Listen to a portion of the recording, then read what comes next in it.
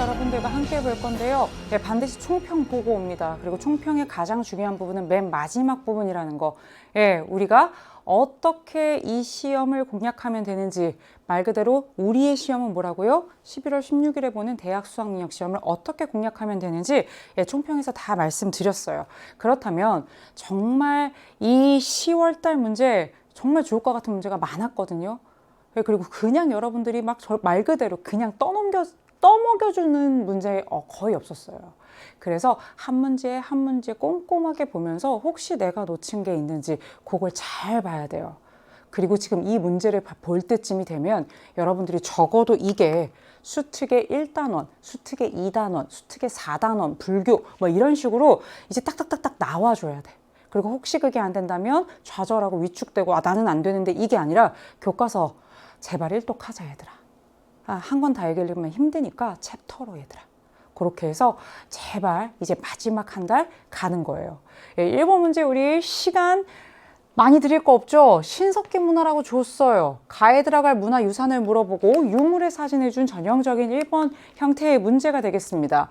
예, 여기에도 놀랄 거 없죠? 랴오허강이 있고요. 류허량 유적이라고 해서 류허량을 모른다고 문제 못 풀지 않아요. 류허량 유적은 이 랴오허강 유역의 신석기 문화인 웅산 문화의 여러 유적과 유물, 이 유물들이 바로 발굴된 바로 그 지역이 되겠습니다. 여기에서 나온 게 뭐예요? 옥기, 지금 분류, 카테고리가 옥기래. 그러면 얘들아, 다 필요 없고 뭐 신석기, 웅산 문화 다 몰라도 적어도 이거는 뭐예요? 옥기여야 되는 거야. 그죠? 예, 우선 비파형동검 안녕이 가버리고요. 예, 그 다음에 뭐예요? 돼지 그림 토기, 창장강 하류, 허무드 문화를 대표하죠? 안녕. 예, 그 다음에 일본 열도의 조문 문화, 조문 토기 안녕. 예, 그 다음에 황화강 하류의 다음 코어 문화. 얘도 안녕이에요. 옥예잖아요. 얘 이름 뭐예요? 웅산 문화를 대표하는 용 모양 옥기라고 합니다. 이거 말고 또 뭐가 나왔죠? 그렇죠. 여신의 얼굴. 여신 아니라고 애들이 계속 늘 얘기하는 그 여신의 얼굴이라던가 그 다음에 웅산토기 원통형으로 되어 있는 그렇게 나왔죠. 그래서 여러분 정답은 뭘로 가요? 웅산 문화와 관련된 이 용 모양 옥기를 여러분들이 고르면 되는 문제가 1번 문제입니다. 그래서 뭐 1번은 어려움 없이 여러분들이 잘 풀었을 거고요. 혹시라도 1번에서 여러분들이 조금 어려움을 느낀다면 수능 특강 9페이지, 10페이지를 통해서 자료 플러스를 다시 한 번만 정리하면 되겠습니다. 2번 문제까지도 사실은 그리고 언젠가 10월 학평에 이런 식으로 그 연극 시나리오 이런 극 시나리오가 똑같이 이 황제, 같은 황제의 다른 부분을 가지고 출제한 적이 있어요. 그 얘기는 뭐냐? 이 황제 참 명령도 많고요. 자기 생각도 확실하고요. 신하들과 약간의 대립 상황이 되더라도 굽히지 않고 막 하는 뭔가 극적인 상황이 좀 있는 사람이야. 어떤 사람이에요? 자료에 나타난 왕조식인데 이 황제가 명을 내렸어. 이제 조정에서 30세 이하의 사람들은 선비어 대신에 중원의 언어만 사용하래. 원래는 이들이 선비어를 썼었나 봐. 근데 그게 아니라 한어 사용하래요. 30세 이하로 얘기를 한 거는 30세 넘어가면 사실 말을 바꾼다는 게 굉장히 쉽지 않다라는 거를 지금 어떻게 보면 조금 양해해 주는 부분이야. 근데 30세 이하의 관리 잘 들어. 조정에서 앞으로 니네 한어 안 쓰고 선비어 쓰면 가만 안 둔다. 그러니까 신하가 조심스럽게 그래도 하지. 굳이 우리의 언어를, 선비어가 우리의 언어인데 이거를 고쳐 새로운 말로 바꿀 필요가 있어요? 근데 황제가 뭐래? 끝까지 내 뜻을 거스르면 너 자기를 낮출 거고 관직에서 내칠 것이오. 이거 쉽게 얘기하면 너 관직에서 파해버릴 거야. 너 자를 거야. 그 얘기예요. 그러니까 막 애고머니나 사죄드리옵니다. 벌을 주시옵소서. 보통 황제 아니에요. 이 사람 선비족이에요. 선비족 출신임에도 불구하고 지금 뭐 하고 있는 거예요? 적극적으로 한화 정책하고 있어요. 한화 정책. 누굽니까? 북이 효문제 때고요.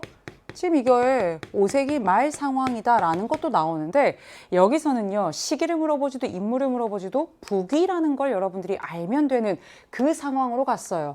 그러면 북이라고 하는 왕조는요.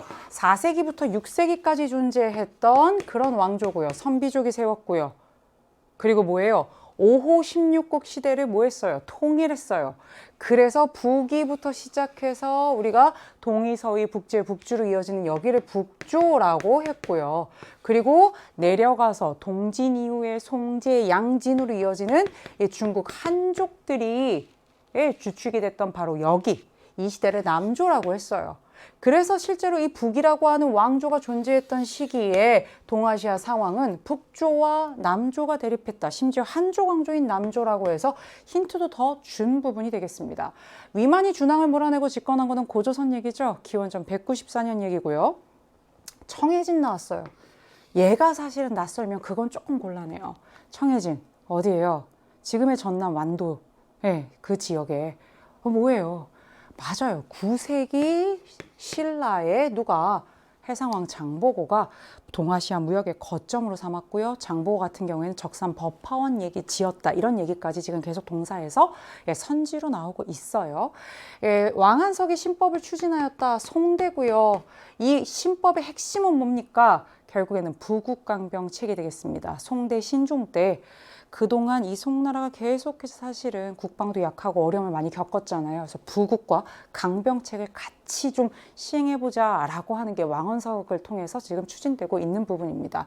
소가씨 세력이 정변으로 축출되었어요. 엄청나게 잘 나갔던 이런 귀족 가문이 645년 다이카 개신을 통해서 결국엔 어떻게 돼요? 정변으로 축출되고요. 나카노의 황자와 당나라 유학생들을 중심으로 해서 대대적인 개혁을 하죠. 그게 바로 뭐라고요? 다이카 개신이다. 이렇게 여러분들이 정리해두면 되겠습니다. 정답은 뭐예요? 2번에 4번이 되겠습니다. 3번으로 가보도록 할까요? 가인물에 대한 설명으로 옳은 것은 이에요. 가인물. 인물 물어보고 있어요. 인물을 유명하지 않은 인물들을 내는 일은 별로 없어요. 근데 우리 친구들 중에 저 이 문제가 살짝 좀 당황했어요 라고 하는 건 실제로 이게 지금 4단원 문제잖아요. 아까 2번은 2단원이고 1번은 1단원이고 하는데 4단원이 유학과 불교죠. 그럼 사실 불교에 대해서 인물을 내면 그동안은 늘 누구였어요? 승려인 거예요. 앤닌이니 감진이니 현장이니 그치? 원효니 해초니. 근데 이 사람 같은 경우에는 스이코 여왕을 대신해서 태자의 지위로 섭정을 하며 그러니까 이 사람은 뭐예요? 정치했던 사람인 거예요. 여왕을 대신해서 태자의 지위 뭐뭐뭐 태자인 거지. 지위를 갖고 있으면서 정치를 했대. 국가체제 정비했다. 이 사람 정치하는 사람이야.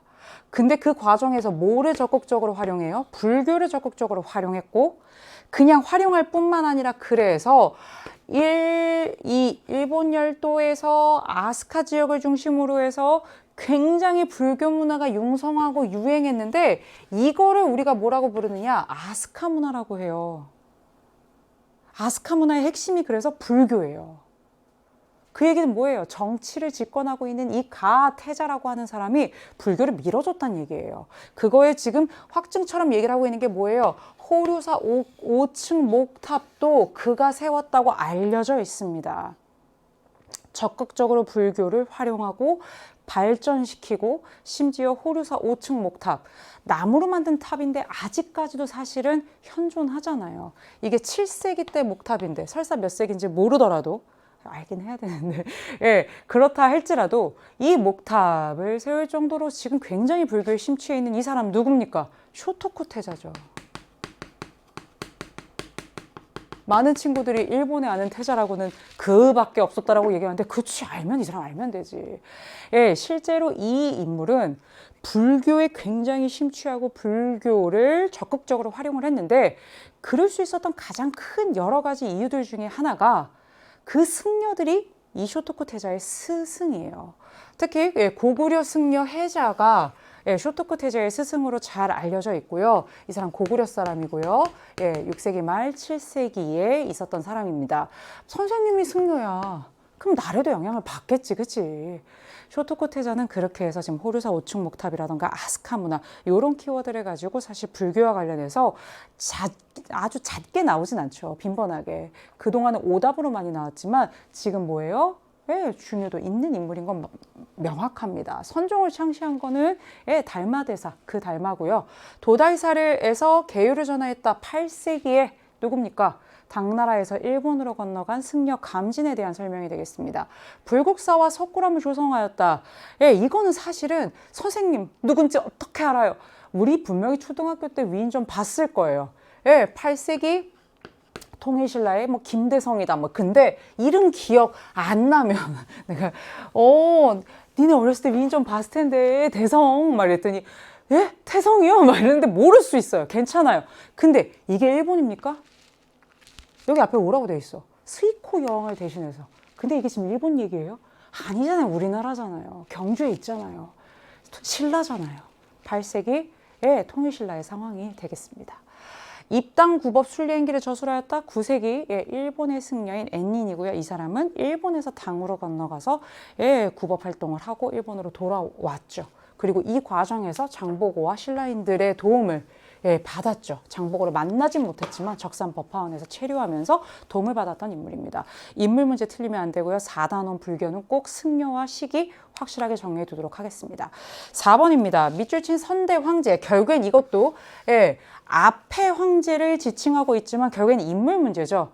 그러니까 그 2세 황제보다 앞인 바로 이 황제는 넌 누구니? 라는 건데 힌트가 많이 나와 있어요. 지금 9월 달에도 진시 황제 문제가 나왔고요. 10월 달에도 계속 나오고 있고요. 늘 한나라 무제, 한나라 고조, 진시황제, 흉노의 묵특선우 요 정도는 여러분들이 확실하게 1단원과 관련해서 당연히 챙겨둬야 되겠습니다. 육국을 멸했고요. 천하를 합병했고 천하를 평정했다, 합병했다, 어쨌건 다 통일했다는 거죠. 사방의 오랑캐들을 물리쳐 변방, 나라의 이 어떻게 보면 국경지역 이쪽을 안정시켰고 아방궁을 지어 지금 중국의 시안, 장안이 shenyang 거기 이제 진나라의 수도였던 그 지역이랑 사실은 거의 이제 일치하죠. 근데 여기에 가면 그 진시 황제가 지었던 아방궁도 그리고 이 죽은 진시황을 지키겠다라고 있는 병마용의 그 수많은 흙으로 만든 그 병사들도 우리가 볼 수가 있거든요. 아방궁이 누가 중화요리집이냐고 물어보던데 모를 수 있어요. 근데 앞에 힌트가 없어요? 아니죠.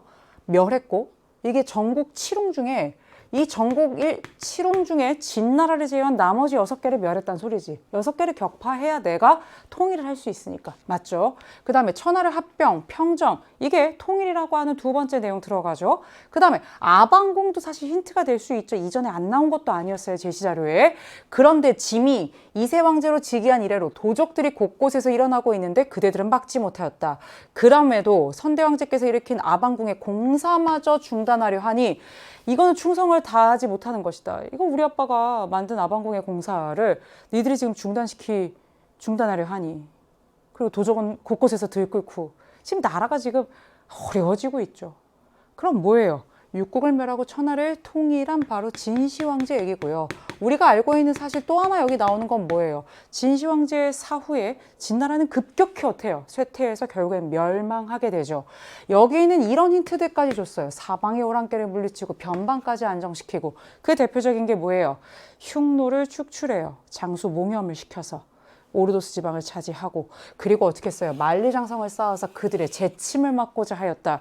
이게 진시황제와 관련된 굉장히 중요한 업적 중에 대외관계 측면에서 여러분들이 외우고 있는 그런 내용이 되겠죠. 또 대규모 이러한 토목공사, 대규모의 공사 이런 것과도 여러분들이 다 연결돼서 풀 수 있는 문제가 되겠습니다. 남비에서 정복한 사람 안 적어도 되잖아요. 기원전 111년 한나라 무제고요. 졸본을 수도로 삼았다. 많이 들어봤어요. 그렇죠? 졸본은 뭐예요? 그죠? 고구려의 첫 번째 수도예요. 졸본 국내섬 평양성으로 옮기죠. 그럼 첫 번째 수도를 삼았으니까 그 사람은 누구겠어요? 고구려 만든 사람이겠죠? 주몽에 대한 얘기가 되겠습니다. 히미코 여왕을 책봉하였다. 히미코 여왕은요 3세기 일본 열도에 있었던 야마타이국의 여왕인데 3세기에 그 당시 중원에 있었던 위초고 할 때 그 위나라 그 위나라로부터 뭐 했어요? 책봉을 받았어요. 그래서 지금 이거는 중국의 위나라에 대한 설명이 될 것이고요.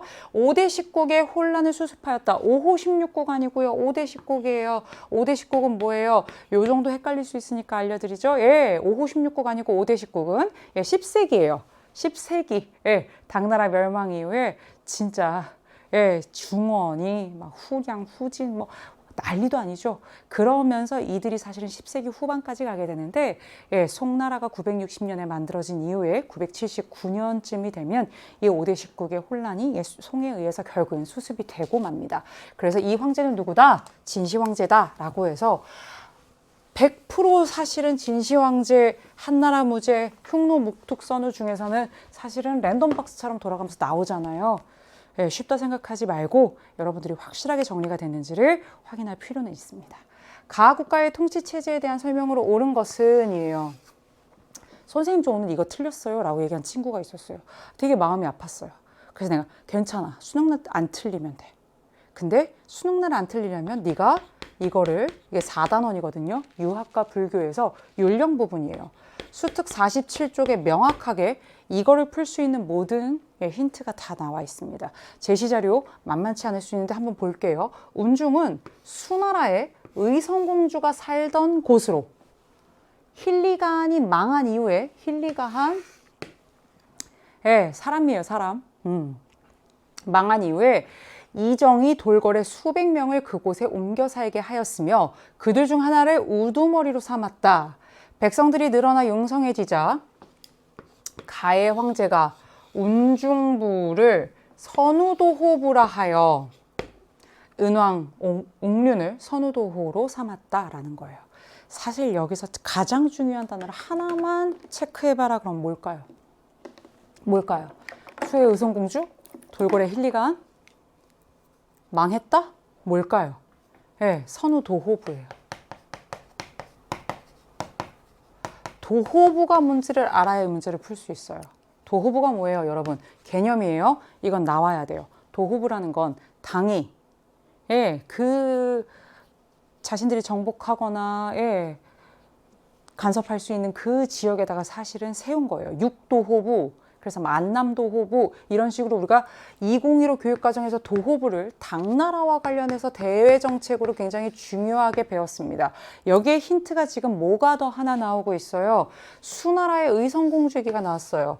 수나라 짧지만 통일한 왕조였잖아요. 이 수나라가 그랬던 왕조임에도 불구하고 돌궐이란 나라가 꽤 셌기 때문에 그 이민족인 돌궐과 좋은 관계를 유지하기 위해서 지금 얘네랑 굳이 척질 필요 없다라고 하면서 어떻게 했느냐, 의성공주를 화봉공주로 보냈어요. 화봉공주의 개념도 역시 나오죠. 뭐예요?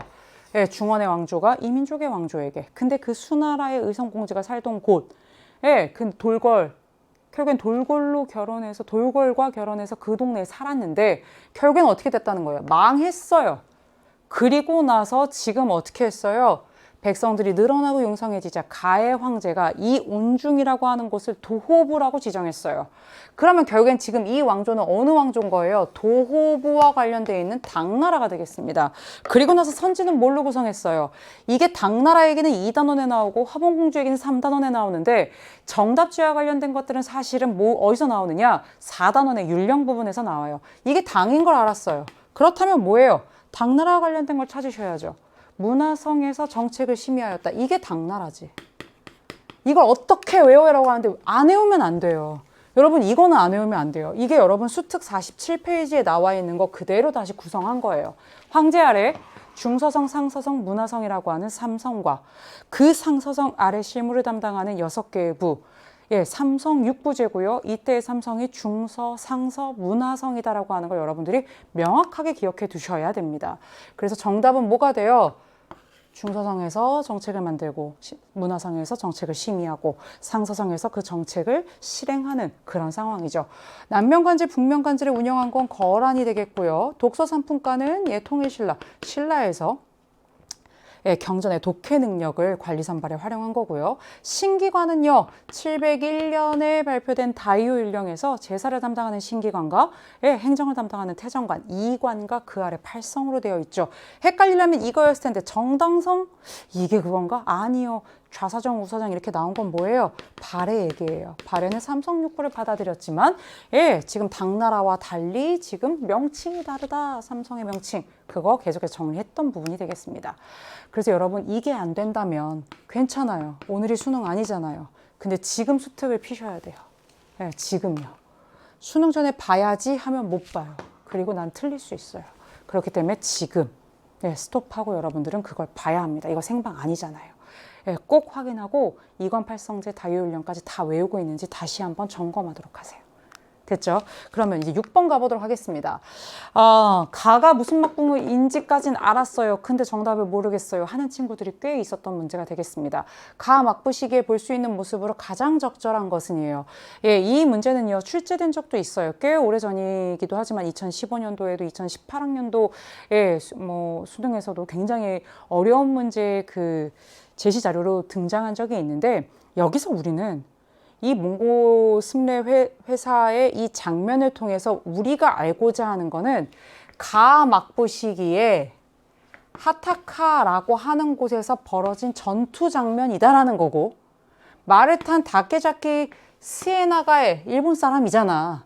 밀려 퇴각하는 몽골군은 서로 다른 피부색을 가지고 있다. 이거 사실은 지금 이렇게 흑백으로 나와 있지만 서로 다른 모양새인 거예요. 예, 피부색도 다르고요. 이는 다양한 지역의 사람들로 구성된 당시 몽골군의 특성을 잘 잡아서 보여주고 있다는 거예요. 그러면 여기서 확실한 건 몽골군이 뭐 한 거예요? 하카타에서 누구랑 싸우고 있는 거예요? 일본인들과 싸우고 있는데 이게 가 막부 시기래요. 그럼 몽골군이 일본을 언제 공략했는지를 알면 풀 수 있는 문제가 되겠죠. 1274년과 1281년. 연도를 설사 못 외운다? 괜찮죠? 예, 몽골 여몽연합군이 일본을 침략한 것은, 공격한 것은 13세기의 일이에요.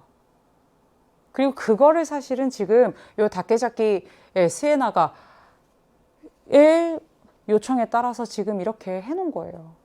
하카타에서 전투했고요. 그리고 여러분 잘 아는 것처럼 1차, 2차 다 굉장한 뭐 태풍도 있었고 뭐 익사도 있고 여몽연합군이 어떻게 됐다 이런 건 굉장히 여러 차례 출제가 됐어요.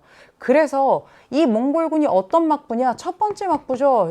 이 13세기에 존재했던 막부가 얘밖에 없잖아요. 가마쿠라 막부구나. 1185년부터 1333년까지인데 이거를 이렇게 달달달 외우지 않아도 12세기에서 14세기까지 가마쿠라 막부가 있었고 그 13세기에 결국엔 이 여몽연합군의 공격을 받았다. 이 내용을 알면 가가 가마쿠라 막부인 것까지는 됐어요.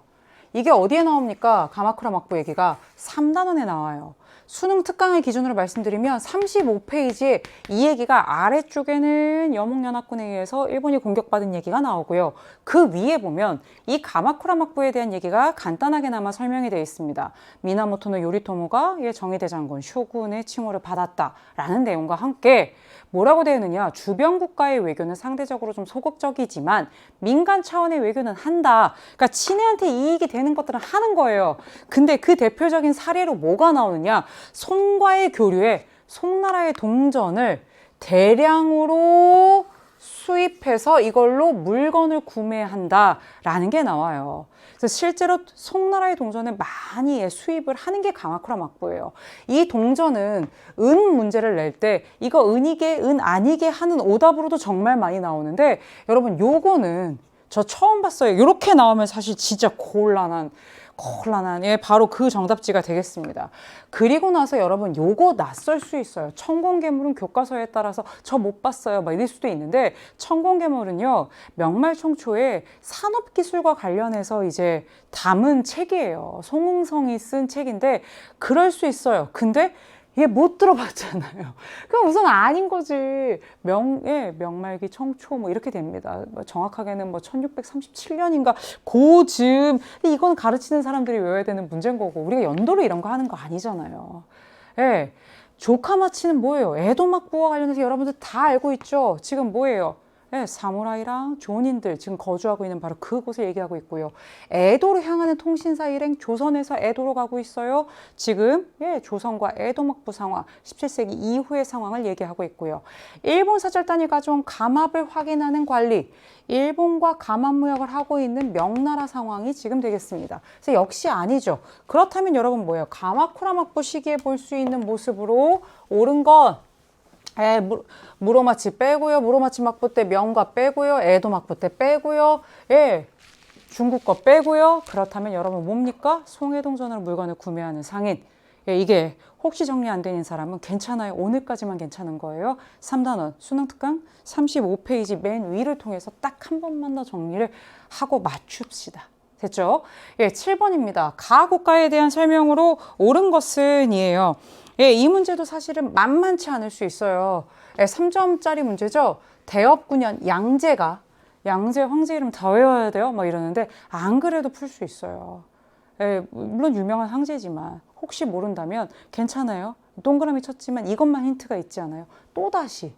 다시도 아니고 또다시 친히 직접 가라고 하는 나라 정벌에 나섰다. 포기 못하나 봐.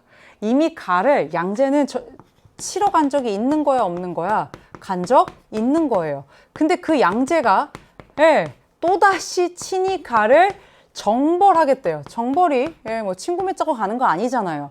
그래서 랴오허강을 건넌 뒤 우문술에게, 이 사람 장수 이름이에요. 이 나라의 장수 이름이고요. 명하여, 이 사람에게 명했잖아요. 뭐 하라고?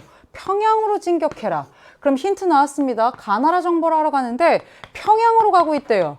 그러면 상식적으로 이 나라의 수도는 지금 어딘 거예요? 평양이에요. 힌트 하나 또 나왔어요. 평양입니다. 중요한 거고요. 첫 번째, 가나라 정벌을 하러 가는데 우문수리가 평양으로 진격하게 했대요.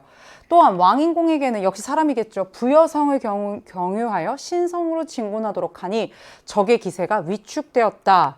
이때 예부상서 양형감이 러양에서 반란을 일으켰다는 보고가 오자 양제는 지금 중국의 러양에서 반란이 났는데 내가 지금 가나라 정벌을 하러 가게 생겼냔 말이에요. 그래서 군사를 이끌고 어떻게 했어요? 집으로 갔어요. 돌아갔어요. 그렇다는 건 지금 이 양제는 적어도 어디서 쳐들어온 거예요? 중국에서 쳐들어온 거네요. 됐어요? 평양이 수도인 그 나라를요. 또다시 정벌을 계획을 또 했어. 포기를 모르는 남자야. 근데 때마침 천하가 어지러워져 끝내 실현하지 못하였다라고 돼 있어요. 그렇다면 여러분 잘 봅니다.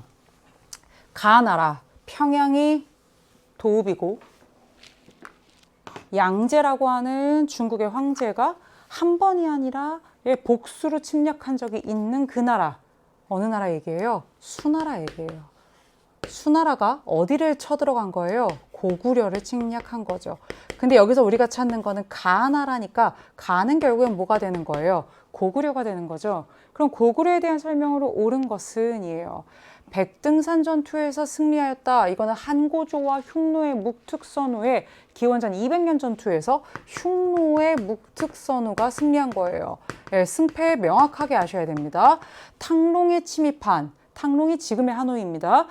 탕롱에 침입한 몽골군을 격퇴했어요. 이건 13세기 쩐왕조, 대월이라고 하는 나라의 국호는 대월이고요. 왕조는 쩐왕조의 얘기가 되겠죠. 쩐흥다오 나오는 바로 그 왜구의 근거지인 쓰시마를 정벌하였다. 15세기 초반에 세종 때의 일이 되겠습니다.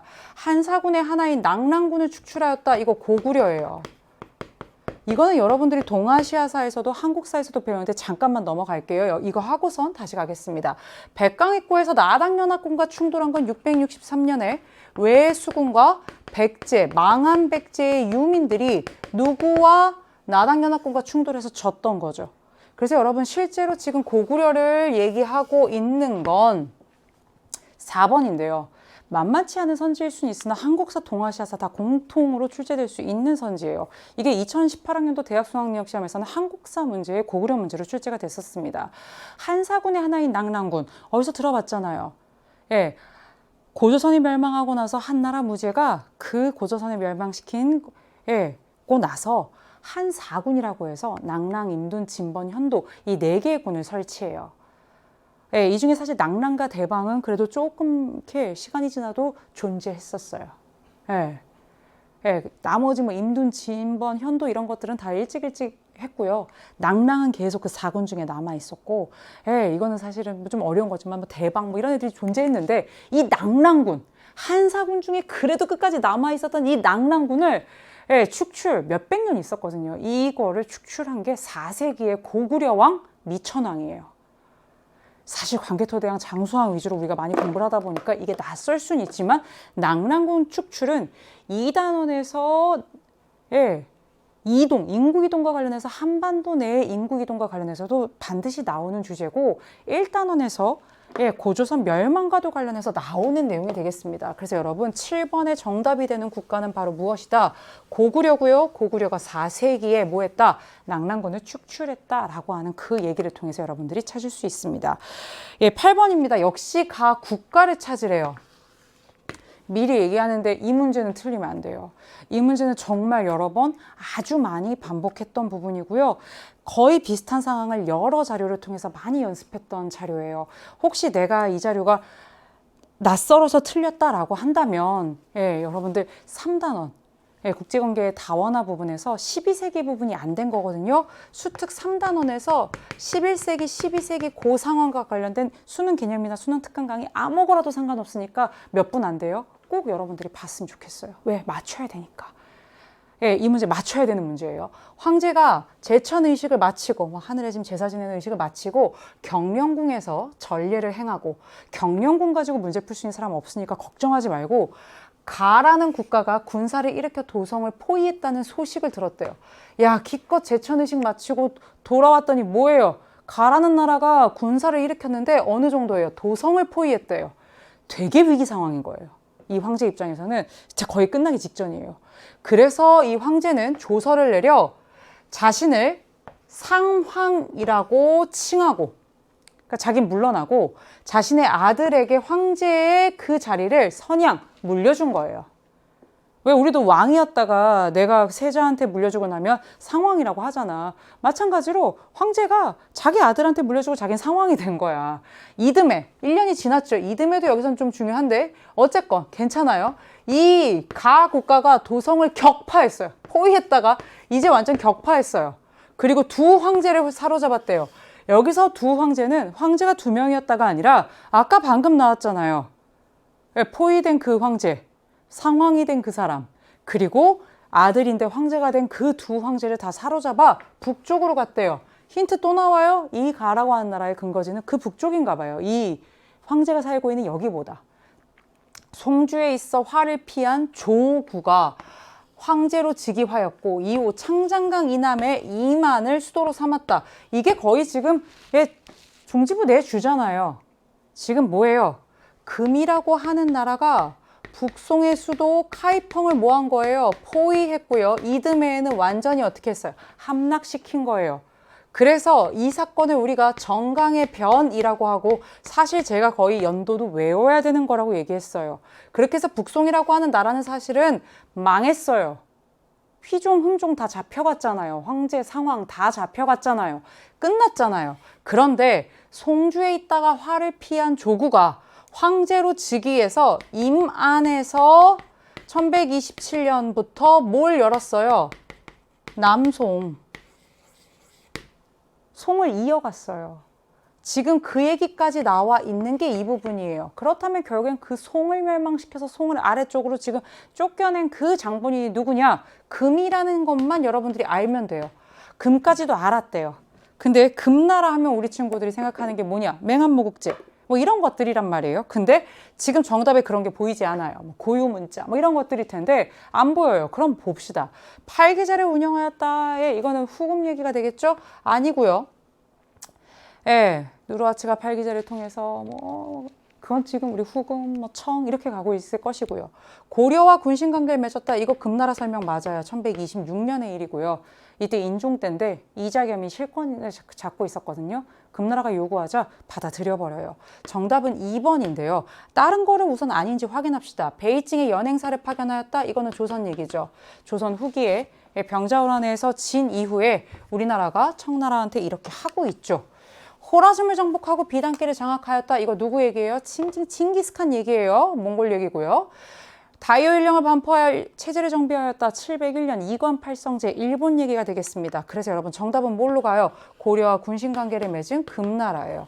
금과 고려의 관계를 확실히 아셔야 돼요. 이거 말고 정답으로 또 나올 수 있는 건 예를 들면 고려와 군신관계를 맺은 것도 금이지만 금 이전에 민족으로 존재했던 여진족을 어떻게 하려고 했어요? 고려가 주어라면.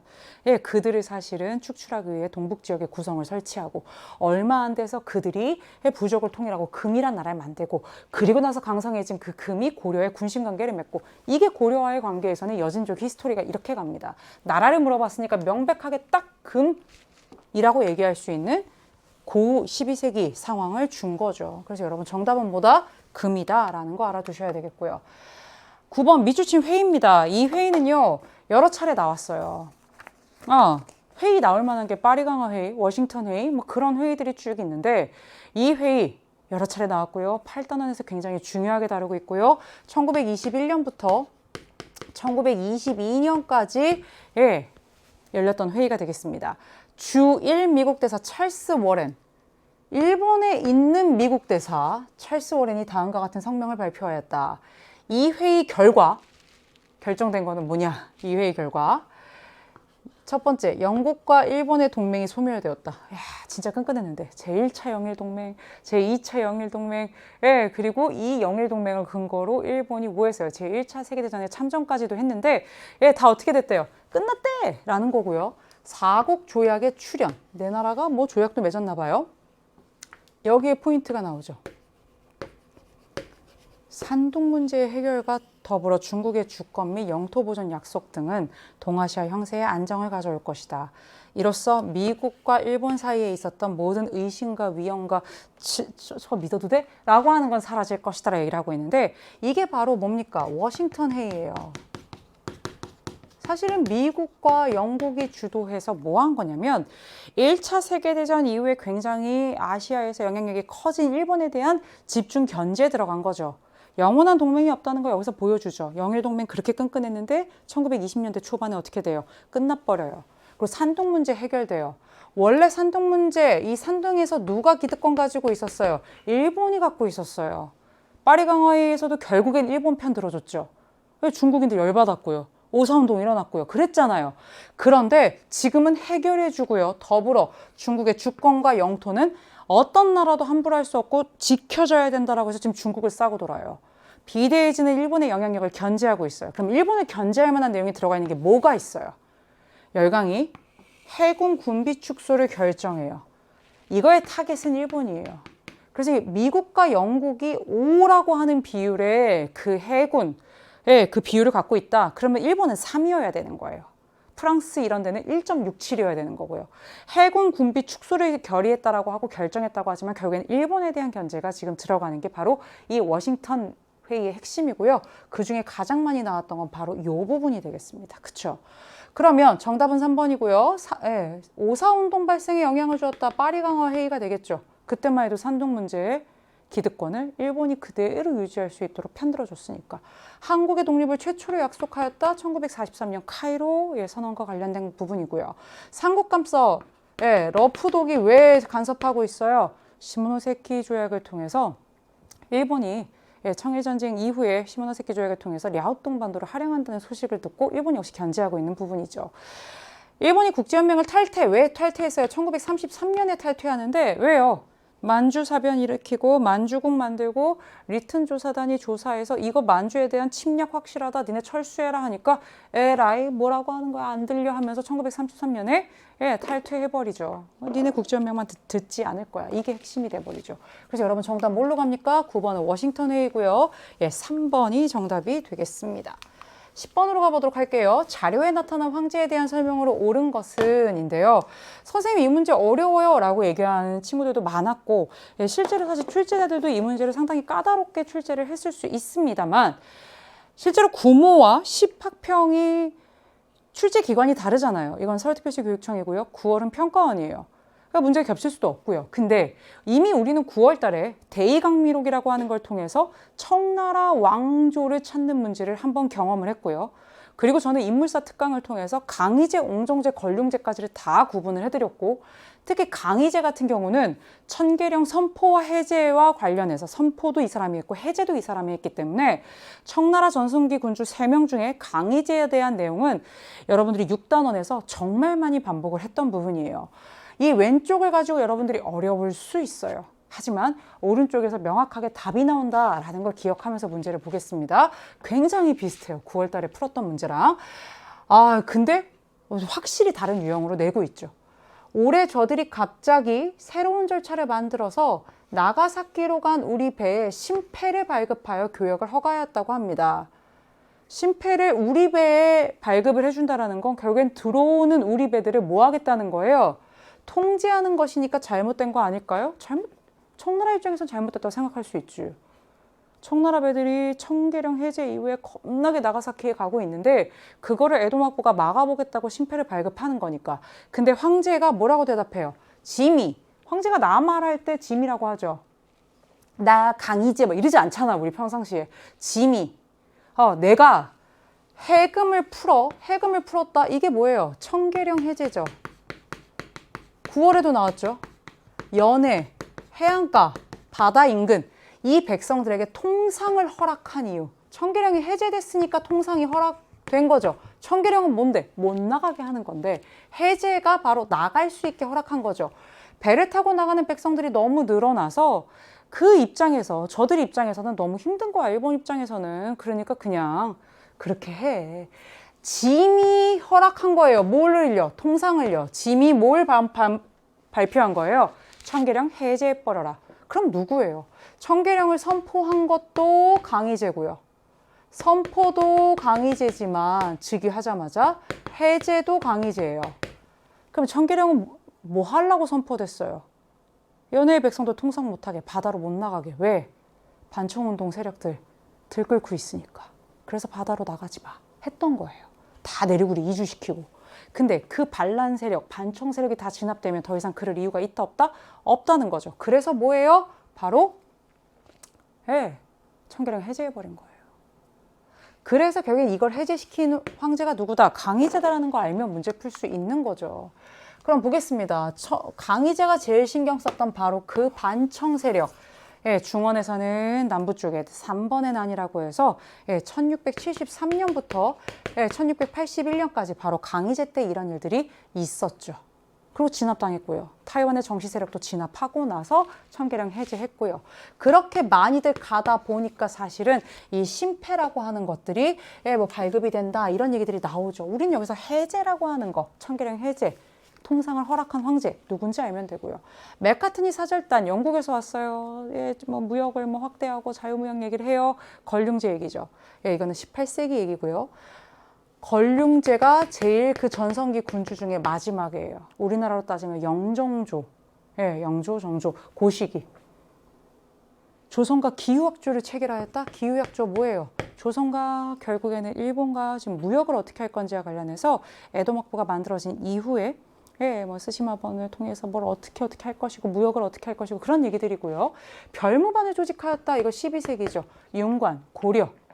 됐죠? 정화의 함대를 파견하였다. 15세기 영락제 때 1405년에 처음 출정해서 1433년까지 15세기 전반에 이렇게 명해서 파견을 한 겁니다. 그래서 여러분 이 황제 누구다? 강희제예요. 당연히 조금 어려운 거는 이때 황제가 뭐 걸륭제인지 강희제인지까지 알아야 돼요? 그렇게까지 지금 이걸 막 쪼갠 게 아니라 청계령 해제 똑바로 알고 있어? 그게 강희제 때고 그게 반청운동과 관련되어 있다는 거 너 알고 있니? 라고 하는 것을 추론할 수 있게 출제한 문제가 되겠습니다. 11번 보도록 할게요. 가국가에 대한 설명으로 옳은 것은 이것도 올해 한번 출제가 됐던 나라입니다. 가는 섬나라예요. 첫 번째 힌트 섬이고요. 푸젠으로부터 동북방에 있는데 푸젠이 어딘지 모르면 사실 힌트가 될 수 없어요. 괜찮아요. 멀리 떨어져 있으나 우리 왕조의 천명을 받아 천하를 다스리게 된 후 우리 왕조한테 뭐 했던 섬나라예요? 조공을 보내왔어요. 이 우리나라한테 조공을 바치던 나라가 가예요. 이에 조정에서는 중산왕으로 책봉하고 조공하는 것을 윤허하였다. 그래 조공해 라고 허락했어요. 이에 섬나라 가의 사신들은 나하의 슈리성에서 출발하여 푸젠에 닿은 다음 이게 중국의 남부 쪽입니다. 그리고 자금성까지 왔대요. 이게 베이징에 있잖아요. 이 나라 어딥니까?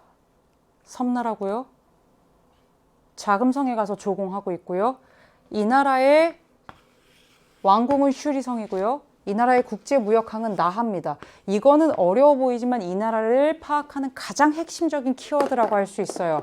그리고 세 개의 세력이 있었으나 결국에는 이 중산왕이 중심이 돼서 1429년에 류큐 왕국으로 우리가 명명하고 있는 바로 류큐 왕국에 대한 설명이에요.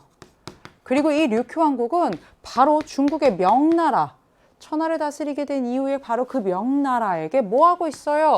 조공을 바치고 있어요. 사신이 가요. 그리고 이 류큐는 명예 조공을 자주 보낼 수 있게끔 사실은 윤허받은 나라예요. 그러면 이렇게 조공을 하고 답례품을 받아온 류큐 왕국은요, 명가의 잦은 조공 무역을 통해서 그 아이템들을 조선에도 동남아에도 일본에도 팔아요. 우리도 있는 거를 우리가 수입하진 않겠죠. 그래서 어떻게 했다? 조선에 동남아시아산 향료를 판매하였다. 왜 류큐가 그게 가능하냐? 류큐는 명과도 조선과도 일본과도 이쪽에 있는 동남아와도 다 뭐 할 수 있어요? 교역할 수 있는 그런 거점에 있고 이 중개무역을 통해 15세기, 16세기 굉장히 잘 나갔었단 말이에요.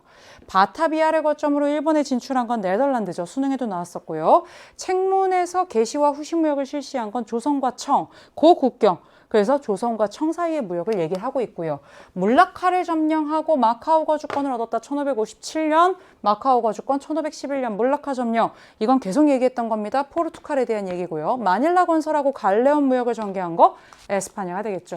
그래서 여러분 확실하게 마닐라, 몰라카, 마카오, 바타비아 확실하게 알아둬야 되는 건 물론 이거니와 이게 류큐라는 거. 류큐에서는 나, 슈리성도 굉장히 중요한 힌트가 된다는 거. 앞에도 내용이 계속해서 명과의 조공관계 나오고 수능에도 이 명과의 조공관계가 나온 적이 있다. 12번입니다. 자료를 활용한 탐구활동으로 가장 적절한 것은 이에요. 자료를 활용한 탐구활동은 쉬운 문제예요. 왜냐? 말 그대로 제목만 알면 되는 거예요. 제목. 그래서 얘의 핵심이 뭔데? 그것만 알면 되는 거예요. 절대 긴장하지 말아요. 일본의 타이완 침공으로 위기감이 높아진 조정에서는 해방, 바다를 방어하는 문제가 중요한 의제로 떠올랐어. 솔직히 저 해방이 무슨 해방인지 모른다 할지라도 그 뒤에 내용을 보면 이해가 될 거야. 위기감이 생기니까 근대적 해군이 만들어졌고 이용장은 그냥 지나가는 남자 아니에요. 중요한 인물입니다. 제가 인물사 특강에서도 리용장 증국번은 했습니다. 이용장에게 일체의 권한이 부여됐대. 높은 사람이네. 그지? 그는 영국과 독일로부터 초용, 양위, 정원, 진원 등의 선박을 구매했대. 이 이름은 모를 수 있지. 근데 포인트는 뭐라고? 선박을 구매했고 이 선박이 이홍장의 자랑이었던 청나라가 자랑했던 북양 함대의 주력이 되는 선박이었대. 그러면 봅시다. 일본이 미안해요. 그냥 이렇게 그리겠습니다. 여기 중국이 있죠. 타이완이 이렇게 있는데 타이완을 공격한 거예요. 그래서 지금 중국 입장에서는 위기감이 생긴 거죠. 너무 근처까지 왔잖아요. 그래서 어떻게 한 거예요? 해군 창설도 하고요. 북양 함대라고 해서 뭐 한 거예요? 영국, 독일 벤치마킹 해가지고 선박 구매해가지고 뭐 한 거예요? 해군도 만들고 지금 바다를 막기 위해서 지금 군사적으로 뭐 하고 있어요? 노력하고 있어요. 그걸 주도하고 있는 인물이 누구라고요? 이용장이라고요. 이용장. 이 사람 하면 동아시아사에서 두 군데에서 사실 여러분들이 계속해서 만났던 인물이잖아요. 하나는 뭐예요? 이렇게 서양의 기술과 국방과 무기 이런 것만 받아들이겠다는 거야. 중국은 우린 너무 훌륭해. 우리의 사상과 정치와 우리의 정신과 이런 거는 버릴 게 한 개도 없어. 그게 중체서용이잖아. 그래서 우리는 너희들의 무기, 기술, 총포 이런 것만 받을 거야. 이게 무슨 운동이에요? 1860년대부터 90년대까지 하다가 결국엔 아이고 안 됐구나 하고 실패하고 말았던 양무운동이에요. 이거를 주도한 게 바로 이용장이고 이 양무운동의 핵심이 바로 금릉기기국과 같은 그러한 무기 만드는 곳 그리고 북양함대로 대변되는 그런 해군력과 관련된 부분이죠. 그리고 또 하나는 뭐예요? 이 사람이 결국엔 청일전쟁 진 다음에 시모노세키 조약에 그 시모노세키에 가서 그 조약 체결한 그 사람인 거잖아. 그 정도에서 나오는 사람입니다. 임칙서가 아편을 단속한 배경? 아편 때문에 미치겠으니까. 이거 단속하고 나서 이게 빌미가 된 전쟁? 제1차 아편 전쟁. 그렇게 가면 되고요. 산킨 코타이제도 에도 막부죠. 왜 굳이 다이묘들한테 그렇게 에도에 와서 쇼군을 아련하래요? 막번 체제, 결국에는 이 번에 있는 다이묘들을 견제하기 위함이 굉장히 크죠. 베이징에 공사관이 설치된 계기, 이건 텐진 조약에서 체결되고 베이징 조약을 통해서 비준된 내용이 되겠습니다. 제2차 아편전쟁과 관련돼 있고요. 김옥균 등이 주도한 정변의 과정, 김옥균 급진개합하죠. 갑신정변. 그래서 여러분 1884년 조선의 갑신정변을 얘기하는 겁니다. 그래서 이용장의 양모운동, 이거를 통해서 지금 여러분 해군건설의 북양함대 이렇게 지금 무기, 서양의 과학기술, 무기 이런 걸 받아들이고 있구나라는 걸 알아두시면 되겠습니다. 그러면 13번으로 가볼 건데요. 13번도 사이시기 문제지만 이거 연도 달달 외우는 문제 절대 아니에요. 인과예요, 인과. 흐름이에요, 흐름. 예, 이 흐름 문제인데 다시 얘기하지만 연도를 달달달이 아니에요. 가가 어떤 상황이고 나가 어떤 상황인지만 우리가 말로 설명할 수 있으면 돼요.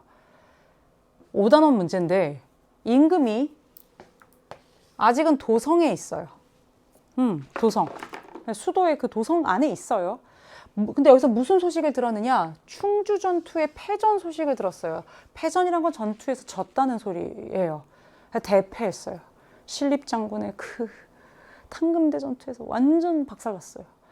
대신들과 이제 이 소식을 듣고 나서 뭐 할 거냐? 파천. 임금이 수도, 도읍을 떠나서 옮기는 거예요. 결국엔 피란하겠다는 소린 거예요. 신하들은, 대신들은 임금에게 평양으로 거처를 옮기고 만력제에게 군사를 청하자라고 했어요. 만력제는 명나라 황제예요. 명나라한테 군사를 청해서 회복을 도모하자라고 한 전쟁이 뭐예요? 임금이 평양까지 피란하고 위에서 내려오는데 한성에서 평양으로 가진 않겠죠. 이쪽에서 아래에서 올라오는 거죠. 바로 뭐예요? 임진왜란 상황이에요. 임진왜란 상황 중에서도 임진왜란 완전 초창기예요. 왜? 임진왜란 일어나고 나서 채 한 달이 안 돼서 한성이 함락이 되는데 아직 함락은 전이야. 야, 피란 가야 되지 않을까? 뭐 그런 얘기 하고 있는 거예요. 임진왜란 딱 일어난 그 1592년 아주 초창기 상황이에요. 우리가 완전 일방적으로 밀릴 때. 근데 나의 상황을 보겠습니다. 연도 모른다 치더라도 이건 완전 초기예요. 한성 함락 전이에요. 그러니까 완전 초기죠. 지금 아직 이순신 활약 시작도 안 한 바로 완전 초기 상황이에요. 한성이 위태위태할지도 모른다. 평양으로 도망가자. 이런 얘기잖아요. 그 다음에 나를 보겠습니다. 도원수 권율. 예, 이 권율이 막 이러면서 막 누구 얘기하는지 아는데 말하지 마! 막 이랬는데 이 권율은 우리가 행주대첩할 때 그 권율인데 모른다 해도 상관없어요. 이 사람의 이름 갖고 푸는 게 아니라 권율이 무슨 말을 하는지를 잘 보세요. 할지 어려운 표현이에요. 땅을 떼어줌이란 표현이에요. 구혼, 공개구혼, 혼인을 청한다. 결국엔 혼인과 관련된 내용이에요. 권율이 무슨 얘기를 했느냐? 7가지 강화협상 조건이 있다는 게 알려졌어요. 임금은 대신들을 만난 자리에서 대책을 물으며 명군이 이미 남쪽으로 밀려난 적들에 대한 공격을 꺼리고 있다며 한탄했어요. 지금 이미 전쟁 계속되고 있고요. 지금 강화협상 중이에요. 명나라가 실제로 도와주러 오거든요. 그리고 벽제관 전투, 평양성 전투에서 평양 전투에서 이겨서 평양성을 탈환해요. 그리고 경기도 북부 지역에서 벽제관 전투를 치르게 되는데 실제로 명군이 패합니다. 이렇게 되면서 사실은 명과 일본 사이에서 강화협상이 맺어지게 되는데 그때 일본이 내거는 조건이 땅 내놔, 남부 뭐 4개도 내놔 뭐 이런 거였어요. 우리 땅 달라는 거예요. 그 다음에 뭐 자기네와 명나라와 이제 뭐 혼인관계를 맺자 뭐 이런 얘기들이에요. 그리고 이미 명나라 군대는 이미 들어와 있고요. 왜군을 너무 열심히 공격하지 않고 있어서 지금 임금이 답답해하고 있어요. 그렇다면 이거는 완전 전쟁 초기고요. 이거는 벽제관 전투 이후에 사실은 강화협상을 이미 하고 있는 상황이죠. 그럼 그 사이 시기에 들어갈 게 뭐겠어요? 명나라가 왔네. 조명연합군이 평양에서 전투를 했네. 벽제관 전투에선 졌네. 이런 내용들이 되겠죠. 그렇다면 뭐예요? 가나 시기 사이에 볼 수 있는 명나라 군대가 그래서 왔는데 벽제관 전투를 벌이고 있는 이효성, 이 사람 명나라 사람이에요. 이미 다른 시험에서도 나온 적이 있는 명나라 장수죠. 그리고 이 1593년 이 전투에서 결국에는 지죠, 명군이. 그리고 나서 이후에 명과 일본 사이의 강화협상이 진행이 되게 돼요. 물론 그게 결렬됐고 결렬이 돼서 다시 침략한 게 정유재란이라고 하는 거죠. 사로에서 투항하는 강홍립 1619년 광해군 때의 상황이고요. 뭐예요? 중리배교로 우리가 늘 얘기하는 바로 그 부분이 되겠습니다. 가도에 머물고 있는 모문룡 1622년부터 1629년까지고요. 사실 이 모문룡 문제가 정묘호란의 핵심적인 원인이 됩니다. 농민군을 이끌고 베이징에 입성하는 이자성, 그래서 이자성의 난으로 1644년에 명나라가 어떻게 돼요? 완전히 멸망하게 되죠. 나가시노 전투에서 조총 부대를 지휘하는 오다 노부나가 1575년이에요. 오다 노부나가가 조총 3,000정을 바탕으로 해서 그 당시 최강의 기마 부대를 물리치고 센코쿠 시대의 전세를 확실하게 장악하는 사건이 바로 이 전투가 되겠습니다. 그래서 여러분 정답은 뭘로 간다? 3번으로 가면 되겠습니다. 14번입니다. 가도시에서 있었던 사실로 옳은 것은이에요. 여기에 이미 이쪽의 역에 지역만 찾으면 된다는 게 나와요. 가의 신바시역. 그리고 여기는 요코하마라고 하는 지역에 있는 요코하마역. 사진 속 건물은 1872년 일본도 줬어요. 최초로 개통된 철도의 출발지. 여기가 출발했어요. 그럼 어딘가 뭐예요? 도착을 해야 될 거 아니에요. 그게 여기라며. 도착역. 그럼 어디서 출발했는지만 알면 돼요. 요코하마까지 가요. 그러면 어디겠어요? 일본 최초의 철도가 나와야지. 도쿄와 요코하마잖아. 우리나라도 사실 그렇고 지금 수도인 이 도쿄에서 그래도 가까운 요코하마에 처음으로 개통을 해보고 그리고 뻗어나가잖아. 이게 1872년이고요. 야, 이 동일한 두 이제 스테이션이죠. 이 역사는 히스토리가 아니라 이 두 개의 역은 리처드 브리젠스라고 하는 사람에 의해 설계됐대. 나도 이 사실은 이 같은 사람이 설계한 건 요번에 알았어. 그는 메이지 초기 다양한 서양식 건축물을 설계하는 데 참여했대. 알 바냐고 사실은. 이 자료들은 굉장히 참신하지만 요거 알면 사실은 풀 수 있잖아. 야, 그래. 처음으로 개통되니까 똑같이 생겼잖아. 그럼 뭐예요? 가도시는 요코하마 아니고 도쿄잖아요. 그럼 도쿄에서 있었던 사실로 지금 4종의 교과서에 다 나오는 게 1907년에 도쿄의 아주아 친해가 결성되어서 이게 단순히 일본 사람들만 있는 거 아니죠. 고토쿠 수수이 막 있지 않잖아요. 예. 국제적인 반제국주의 단체예요. 이게 일본에 있었다라는 거죠. 경사대학당이 설립되었다. 청나라의 근대적 교육기관이에요. 수도인 당연히 베이징에 있어야 되겠죠. 영국 상인이 신보를 발행했어요. 1872년이고요. 가장 많이 나왔던 도시 중에 하나입니다. 상하이에서 있었던 일이고요. 대한민국 임시정부가 세워졌다. 상하이, 충칭 다 가능한 얘기가 되겠습니다. 인공섬인 대지마가 조성되었다. 일본이긴 합니다만 대지마가 조성된 곳 나가사키가 되겠죠. 나가사키 역시 수능에도 출제가 됐던 도시이기 때문에 여기 있는 도시는 그 어떤 것도 여러분이 놓치면 안 되고요. 9월 모평에서는 난징이 출제가 됐었습니다. 15번입니다. 가에 들어갈 내용으로 가장 적절한 것은이에요. 이것 또한 이제 우리 친구들이 조금 많이 어려워했던 문제 중에 있어요. 굉장히 참신하죠. 이런 혁명과 독립운동과 관련된 이런 자료들을 찾는 게 결코 만만치 않은 일이에요. 여러 차례 그런 것들을 크로스 체크도 해야 되고 해야 되는 부분인데 이 노래 가사를 가지고 우리가 막 어렵게 막 무리해서 추론하게 안 하고 선생님의 설명, 말풍선을 통해서 다 줬어요. 만주에서 전개된 항일 무장투쟁을 독려하기 위해 지어졌는데 9.18 큰 사변은 류타오 사건을 계기로 1931년도에 있었던 사건이죠. 결국엔 철도를 어떻게 했어요? 철로를 일본이 폭파시켰어요. 그런 사건까지 만들어 가면서 뭐 한 거예요? 일본 관동군이 만주 일대를 점령한 사변. 설사 류타오후 사건을 모른다 할지라도 일본 관동군이 만주를 점령한 사건이에요. 이게 뭐예요? 만주 사변이죠.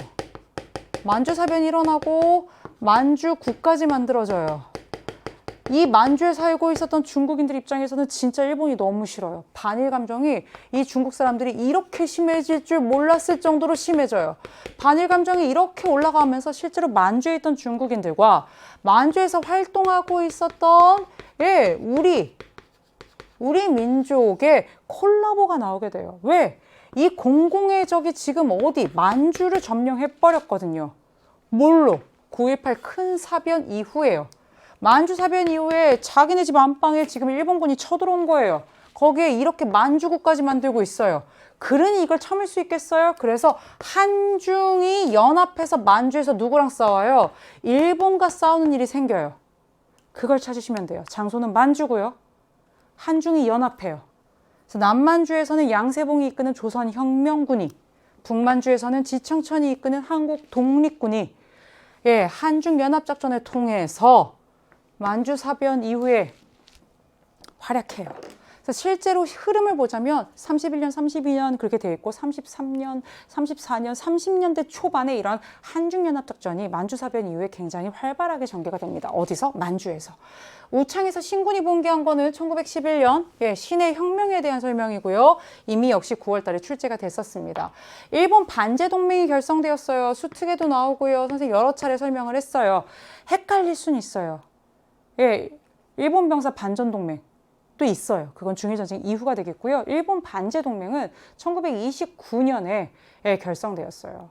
그래서 여러분 여기에 낚이면 안 되고요. 지금 우리는 뭐예요? 만주사변 이후에 만들어진 내용이에요. 이거 좀 이따가 페이지 알려드릴 거고요. 제1차 국공합작이 성립되었어요. 순원 살아있을 때죠. 1924년의 일이고요. 민족유일당운동 신간에 몰라요 라고 하는데 한국사에도 나오고 동아시아사에도 나오는 1920년대의 그런 콜라보의 움직임, 이념이 다르더라도 함께 할 수 있는 연대의 움직임 속에서 1927년 이 신간회가 국내에서 우리 여기서 민족주의와 사회주의 이렇게 콜라보가 됩니다. 선생님이 지금 뭐 좀 알려주려고 하냐면 이거 못 본 친구들이 있더라고요. 여기까지 사실은 정리가 안 된 친구들이 있어서 보여드리려고 해요. 수능특강 한번 펴볼래요? 수능특강의 8단원입니다. 8단원 거의 끝부분인데요. 개념 정리에 113페이지에 일본 반제동맹 1929년 일본에서 조직되었고 일본 제국주의 타도를 위한 한일 공동의 저항과 투쟁을 강조했다. 이렇게 나오고요. 자꾸 여러분들이 헷갈리는 게 일본 병사반전 동맹인데 이거는 중일전쟁 이후의 상황이 되겠습니다. 그거 확실하게 113쪽을 통해서 한 번만 더 정리하고 갈 수 있도록 하세요. 됐습니까? 그래서 지금 쫙 보여드렸죠. 만주사변, 만주국 수립, 리튼조사단 파견, 국제연맹 탈퇴 이렇게 가고 중일전쟁 요거죠. 루거우차오 사건을 통해서 중일전쟁은 요건데 지금 여기까지의 흐름과 관련해서 문제가 지금 2개 정도 출제가 된 겁니다. 16번입니다.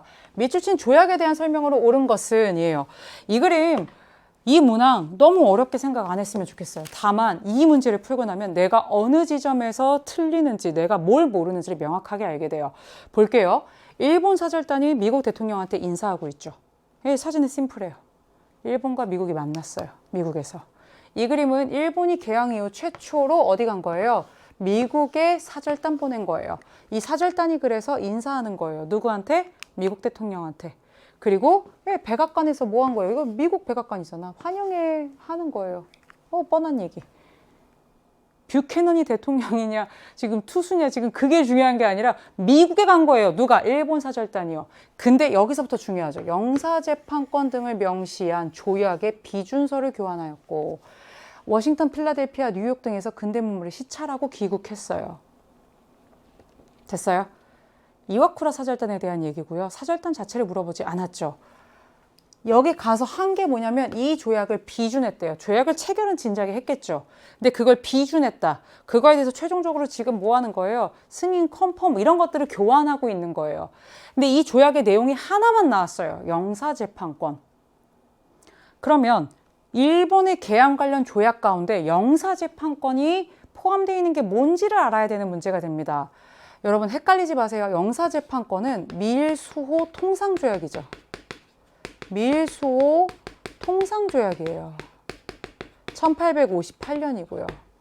그리고 밀화친조약이 1854년 처음으로 맺은 거고요. 거기서는 영사재판권은 얘기가 되지 않고 최국 대우를 얘기합니다. 그러면 밀수호 통상조약에서 우리가 사종 공통으로 여러분들이 또 암기하고 있는 가장 핵심적인 내용이 뭐예요? 밀화친 때는 2개만 문을 열었는데 그거 말고 4개를 더 추가로 개항한다는 거예요. 나가사키도 이때 열리고요. 예, 가나가라고 명시되어 있지만 결국엔 요코하마도 이때 열리고 4개 항구가 다 추가로 개항된다. 그게 이거죠. 일부 영토에 할양 명시된 적 없고요. 할양은 떼어준다는 거예요. 영토 뺏기지 않았으니까. 페리 함대의 무역 시위로 체결되었다. 헷갈릴 수 있지만 이건 밀화친이고요. 조선이 자주 독립국임을 확인했어요. 예, 이건 사실은 청나라의 관계를 써보자면 일본과 청이 청일전쟁을 통해서 뭐 한 거예요?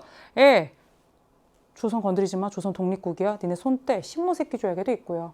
사실은 형식적으로나마 예, 강화도 조약을 체결할 때도 일본이 조선은 독립국이면 일본과 무슨 지위가 똑같다 이런 얘기를 하긴 합니다만 실제로 이거를 국제정세석에서 볼 때는 청일전쟁 이후에 시모노세키 조약으로 확인했다라고 표현을 하고 있습니다. 공해무역이 폐지되는 결과 이건 제1차 아편전쟁의 결과 난징 조약을 통해서야 되겠죠. 그래서 여러분 정답은 뭘로 간다? 예, 밀수호 통상조약이다라는 걸 알아둬야 되겠습니다. 17번으로 가볼게요. 역시 이런 그림들을 찾고자 하는 그런 노력들이 굉장히 좋은 문제인데 동아시아 문화에 대한 설명이에요. 대단히 비슷해 보이죠? 왼쪽은 김홍도 풍속하고요. 오른쪽은 씨름처럼 보이지만 스모 경기래요. 가스시카 호쿠사이. 이 사람도 굉장히 유명한 사람이긴 하지만 이 사람을 모른다 할지라도 우키요에래요. 풍속화와 우키요에. 풍속화는 조선 후기에 굉장히 유행했죠. 진짜 꼭 사진으로 찍은 것처럼 그 사람들의 삶이 막 대장장이의 삶, 씨름하고 있는 모습, 서당에서 혼나는 모습 정말 사실적으로 묘사되고 있고요. 우키요에는 뭐예요? 에도막부 시기 때 유행했던 판화예요. 판화. 계속 찍어낼 수 있어요. 그러니까 되게 예쁜 풍경이라던가 아니면 가부키의 굉장히 유명한 배우라던가 이런 사람들의 모습들을 판화로 제작해서 찍어내고 있어요. 이런 것들이 지금 유행하고 있다고요. 그럼 에도막부와 조선 후기 상황이잖아요. 그러면서 뭐라고 돼 있어요? 농민이나 존인 등이 경제력에 힘입어 문화를 향유하는 계층으로 성장하였다. 그래서 이 시기 문화를 뭐라고 불러요? 서민문화다라고 하고 존인문화다라고 하고 있잖아요. 중국도 마찬가지잖아요. 럭키하기를 바라는 그런 귀신 쫓아내길 원하는 그런 그림들이 유행하고 있잖아요. 그렇다면 이 시기 동아시아 문화에 대한 설명으로 옳은 것은 볼게요. 조선 후기, 에도막부, 중국은 뭐 명청시대가 되겠죠. 실제로 김홍도까지 줬으니까 그건 18세기고 그럼 청이 되겠고요. 경극이 베이징에서 유행하였다. 이거 청대죠. 우선 조선 후기 에도막부와 다 겹치고요. 데라코야가 확산되었다. 이거 일본 에도막부 시기에 기초적인 뭐 셈이라던가 산수 뭐 이런 것들을 지금 가르치고 읽기 쓰기 이런 것들을 가르치고 있는 그런 역할을 하는 교육기관이 되겠습니다. 그러면 우선 정답은 니은딕은 나왔어요. 근데 제왕운기가 뭐지? 삼국유산 들어봤는데 제왕운기가 뭐지? 역사서예요. 고려시대 때. 13세기에. 예. 이게 막 이승유다 막 이렇게까지 나오면 사실은 그런 친구들은 굉장히 한국사 공부를 디테일하게 한 거고요. 고려시대 13세기에 저술된 역사시예요. 그래서 국문학 쪽에서도 사실은 이걸 다루기도 하고 그래요. 이승유라고 하는 사람이 그 역사 내용들을 정리를 해가지고 역사시처럼 만든 거예요. 고려 거라는 거. 알면 제끼면 돼요. 삼국유사 제왕운기 맨날 동명왕편 같이 얘기가 됩니다. 한자를 병행한 가나가 만들어졌다. 자기네 스타일대로 지금 이렇게 가고 있어요. 일본이 뭔가 자기 자신들에게 좀 관심을 갖기 시작한 계속 견당선 보내다가 그런 것도 좀 중지하고 국풍이라고 하면서 뭔가 약간 자기들에게 좀 관심을 갖기 시작한 우리가 일본이 한자를 변형해서 만든 자기들의 어쨌건 고유한 거 헤이안 시대 이렇게 얘기를 합니다. 어쨌건 지금 뭐예요? 에도막부 시기가 아닌 거, 조선 후기가 아닌 거, 청대가 아닌 거 제껴버리면 돼요. 그래서 여러분 정답은 뭘로 갈 수 있습니까? 3번으로 갈 수 있고요. 맨날 나오던 대안탑 안 나오잖아요. 그렇기 때문에 여러분들이 확실하게 이런 부분들도 오답이 될 수 있는 것들이 적어도 확실한 정답이 무엇인지를 알아서 오답을 지워낼 수는 있어야 되겠습니다. 18번입니다. 늘상 나오고 매번 나오는 9단원의 샌프란시스코 강화 조약을 문제로 냈지만 참 좋은 문제인 거는 이 문제를 그냥 대놓고 가가 샌프란시스코 강화 조약이야 뭐게 일본의 주권을 뭐 회복시켜줬고 이렇게 가지 않았고 강화 조약으로 보는 전후 처리, 전쟁 이후의 처리가 1차 세계대전 때 월드워 1차 때는 베르사유 조약이라고 해서 독일과 그 동맹국의 침략으로 인한 전쟁 결과로 연합국과 그 국민들이 입은 손실과 손해를 유발한 것에 대해서 그 책임을 독일은 수락해. 명확하게 그 국가의 책임을 명시했죠. 엄청나게 많은 배상액도 물리고 그랬어요. 근데 2차 세계대전이 결국엔 끝이 나고, 이게 결국엔 중일전쟁, 태평양전쟁까지 다 끝이 나고, 전쟁에서 진 지금 일본을 어떻게 처리할까의 문제인데, 일본 전쟁에서 졌잖아요. 근데 그 일본을 처리하는데 어떻게 하고 있어요? 일본이 생존 가능한 경제를 유지할 수 있도록 해주겠대요. 그리고 일본의 자원이 현재 충분하지 않다는 것도 사실이래요. 일본은 굉장히 뭐하고 있어요? 막 아껴주고 있어요. 태평양 전쟁에서 일본은 졌어요. 그리고 수많은 나라들과 결국에는 지금 이 전쟁 끝난 마무리를 해야 되는데, 그 전쟁으로 범죄를 저지른 그 나라의 주권 회복과 그 나라의 생존에 초점이 맞춰져 있다는 거예요. 여기에 결정적인 게 나오죠. 일본의 주권을 회복시키는 내용이 들어가 있고, 일본 편의를 굉장히 봐주고 있어요. 이게 바로 뭡니까? 1951년 미국이 주도한 바로 샌프란시스코 강화조약이에요. 샌프란시스코 강화조약을 통해서 미국은 명확하게 한 거예요. 일본은 절대 망하면 안 돼. 얘 생존해야 돼. 주권도 회복시켜줘야 돼. 왜? 지금 동아시아 반공의 기주로 너무 중요하단 말이야. 지금 저기는 6.25 전쟁 중이야. 에구먼이나. 일본에 대한 그런 입장 속에서 어떻게 했어요? 같은 날 미일안보조약까지 1951년 9월 8일에 샌프란시스코 강화조약 체결하고 같은 날 이것까지 사인하면서, 그래 일본에 우리 미군이 가서 뭐 해줄게, 주둔해서 지켜줄게까지 했다고요. 그게 1951년 우리 6.25 전쟁 한창인 그때 상황이에요. 신헌법 제정은요 1946년에 연합군 점령 통치 시기에 이미 제정이 됐고요. 소련이 대일전에 참전하는 계기가 됐던 거는 1945년 얄타 회담이죠. 그래서 독일 항복 이후에 뭐 언제 안에 뭐 이렇게 참전할게 라고 얄타 회담에서 얘기를 했고요. 극동 국제 군사 재판은요 46년부터 48년까지 가는데, 결국에는 뭐예요? A급 전쟁 범죄자들을 이 연합군 점령 통치 시기에 뭐예요? 처벌하겠다라고 해서 실제로 진행이 됐죠. 북위 17도선을 경계로 한 남북 분할을 규정했다. 1954년 제네바 협정입니다. 우선은 베트남을 남북으로 분할해놓고 2년 내에 총선거를 하겠다라고 했으나 결국에 남쪽이 그걸 지키지 않고 베트남 공화국을 따로 만들어버렸죠. 그래서 여러분 정답은 뭐예요? 샌프란시스코 강화조약과 같은 날 체결된 미일안보조약. 이거의 정답으로 또 나올 수 있는 건 6.25 전쟁 중에 체결되었다. 또 나올 수 있습니다. 19번입니다. 미주친 정부 시기에 동아시아에 있었던 사실로 옳은 것은, 많은 친구들이 미국의 요청에 따라 이 정부에서 전투병력을 파병한 거에 대해서 이게 베트남 전쟁이다라는 거 알아요. 근데 답을 못 찾은 경우들이 있다라고 하더라고요. 그럼 같이 보겠습니다. 군대를 보낸 파병으로 인해서 휴전선의 긴장 상태가 조성되고 북한의 책동이 심화되면 아시아 전선이 두 군데 생길 수 있습니다. 이럴 경우 미국 측에는 이중 부담이 되고 우리의 안보에도 문제가 될 수 있습니다. 지난해 6.3 시위로 여전히 국내 상황이 여의치 않은데 이건 되게 신중해야 되는 문제예요 라고 얘기를 하고 있어요. 이미 정부는 뭐 한 거예요? 미국이 요청해서 우리 정부가 뭐 하기로 했어요? 군대를 파병하기로 했어요. 이미 결정했어요. 그것도 뭐를요? 전투병력을요. 근데 지금 이 야당 대표예요. 야당이라고 하는 건 여당이 아니라 야당이잖아요. 대통령을 배출하지 않은 당이란 말이에요. 그럼 이 대통령의 정책에 대해서 지금 비판적으로 지금 논평을 하고 있는 거죠. 뭐라고요? 지금 파병할 때 아니야. 미국의 요청에 따라 우리가 결국에는 베트남에 남의 전쟁에 군대를 파병하는데 우리 국군이잖아요. 근데 이게 왜 문제라고 얘기하느냐? 우리가 이렇게 군대 병력을 이쪽으로 보내. 지금 베트남 전쟁은 북과 남으로 지금 막 그런 상황이야. 통킹만 사건 이후에 지금 그렇게 막 미국이 지상군 파병하고 막 그러고 있어.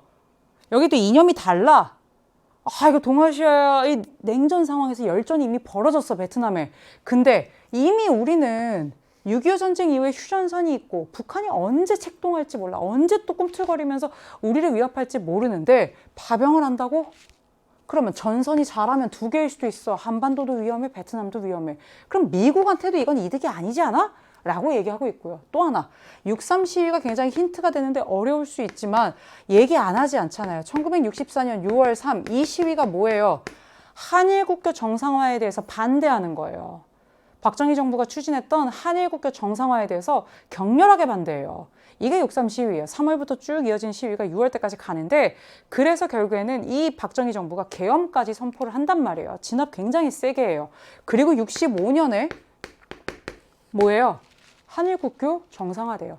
여기서 이거를 통해서 얘기하고 싶은 건 1965년에 한일 국교, 한일 기본조약을 통해 한일이 국교를 맺고 1965년에 이 정부의 결정에 따라서 결국에는 전투병이 파병되는, 이거 다 무슨 정부 때 했던 거야? 라는 거예요.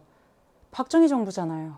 이거 다 박정희 정부 때 있었던 거잖아요. 베트남 파병도 한일 기본조약 체결도. 그럼 박정희 정부에 대한 설명이 돼요. 박정희 정부가 상당히 길어요, 여러분.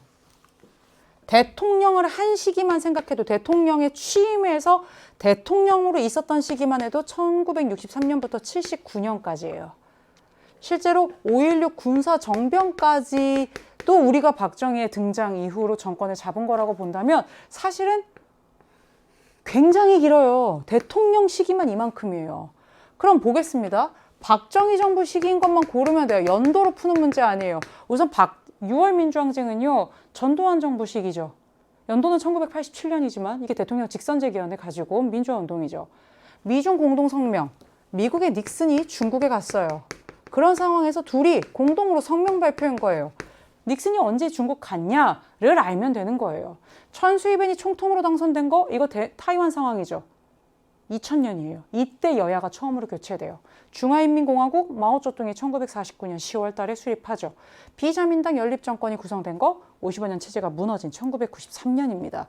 그래서 실제로 1960년대, 70년대 상황만 제대로 고르더라도 여러분들이 박정희 때다라는 거, 박정희 때다라는 것만 알아도 사실은 다른 것들의 간극이 좀 벌어져 있어요. 다행히. 그래서 여러분 정답 2번. 물론 어려울 수 있어요. 이것도 대놓고 베트남 전쟁이라고 주지 않았고, 한일 국교 정상화를 준 게 아니라 6.3 시위를 줬기 때문에 한 번 더 생각하게 하는 문제지만 풀 수 있어요.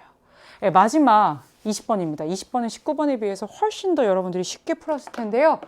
우리가 추진하고 있는 정책은 4개 부분의 현대화래요. 과학, 국방 뭐 이런 거 안 나와도 상관없어요. 이를 위해 우리는 국영기업의 자율경영을 허용하였고, 나라에서 운영하는 기업의 자율성을 줬대요. 외국 자본과 기술 유치하고 있대요. 와, 빗장을 풀고 있죠. 다른 나라 돈 투자 유치하고 있잖아요. 그러나 현대화를 성공하기 위해서는 대외 정책도 함께 변화해야 되고요. 우리가 추진 중인 현대화를 실현할 수 있도록 평화로운 국제 환경을 구축해야 된대요. 결국엔 여기서의 핵심은 지금 뭐 하고 있는 거예요? 4개 부문이라고 얘기는 하고 있지만 결국에는 그 나라의 굉장히 중요한 경제와 관련된 분야에 있어서 외국 자본과 기술을 유치하고 있고, 이거를 4개 부분 현대화라고 하면서 1978년 이후에 덩샤오핑이 경제면에서 시장경제의 요소, 외국 자본 유치, 경제특구 설치 이런 것들을 통해서 조금 다른 형태의 정책을 지금 시행해 나가고 있음을 보여주고 있어요. 1978년 4개 부문 현대화 이후에 쭉 이어지고 있는 개혁개방 정책의 핵심 내용이 되겠습니다.